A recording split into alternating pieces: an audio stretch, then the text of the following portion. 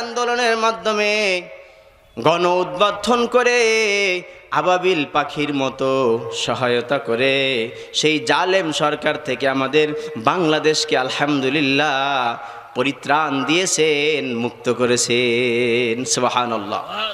এখন আমাদের কাজ হলো, এক নম্বরে হলো সেই জুলাই সনদ আইনে আওতায় আনয়ন করা, আইনি ভিত্তি স্থাপন করা।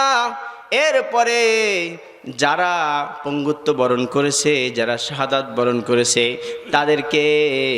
তাদেরকে সম্মানে ভূষিত করা, তাদেরকে সেই জুলাই সনদ প্রদান করা আইনি ভিত্তির মাধ্যমে। এরপরে যারা অপরাধী আছে, অপরাধীদেরকে শাস্তির আওতায় এনে, আইনের আওতায় এনে শাস্তি প্রদান করা। 3 নম্বরে হয়েছে এরপরে একটা সুস্থ নির্বাচন দেওয়া। আর নির্বাচন দেওয়ার মধ্যে বাংলাদেশের মধ্যে ভোট প্রণয়ন করা হয়েছে, গণভোট দেওয়া। এই পেয়ার পদ্ধতি শতকরা 71% মানুষ তারা চায় পেয়ার পদ্ধতিতে যেন ভোট হয়। পেয়ার পদ্ধতিতে যদি ভোট হয় তাহলে কোনো গ্যাঞ্জাম হবে না, কোনো মারামারি হবে না, কোনো কাটাকাটি হবে না, কোনো খুন খারাপি হবে না, কোনো সমস্যা হবে না, ফিতনা ফাসাদ হবে না। এই জন্য বর্তমান বিশ্বের মধ্যে প্রায় 91টা দেশের মধ্যে পেয়ার পদ্ধতিতে নির্বাচন চলতেছে। তাই আমাদের সকল আলেম ওলামার দাবি, আমাদের প্রাণের দাবি, পেয়ার পদ্ধতিতে নির্বাচন হোক। সেই নির্বাচন হবে তো 3 নম্বরে গিয়ে 1 নম্বরে জুলাই সনদের আইনি ভিত্তি স্থাপন করা। এটা আমাদের দাবি ছিল, এই গণভোটের মাধ্যমে এটা পরিপূর্ণ করা। এই জন্য কোন মহল কি জন্য তারা চায় যে গণভোট একসাথে নির্বাচনের সাথে হোক, এটা বাংলার ইতিহাসে কখনো ঘটে নাই।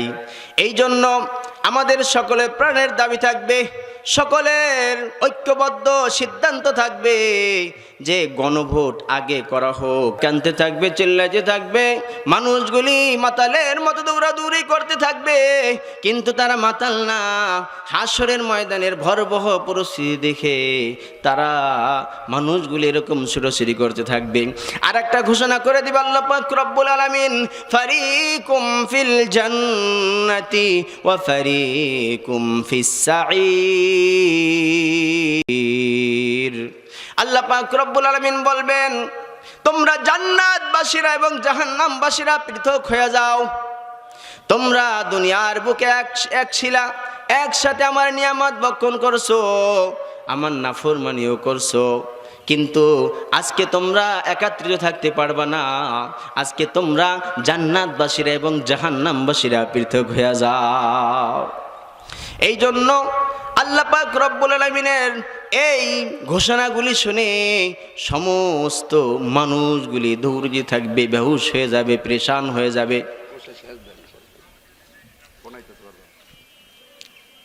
তাই এই দুনিয়ার বুকে আল্লাহ পাক রব্বুল আলামিনের কাছে আমাদেরকে 3টি দোয়া সবসময় করতে হবে।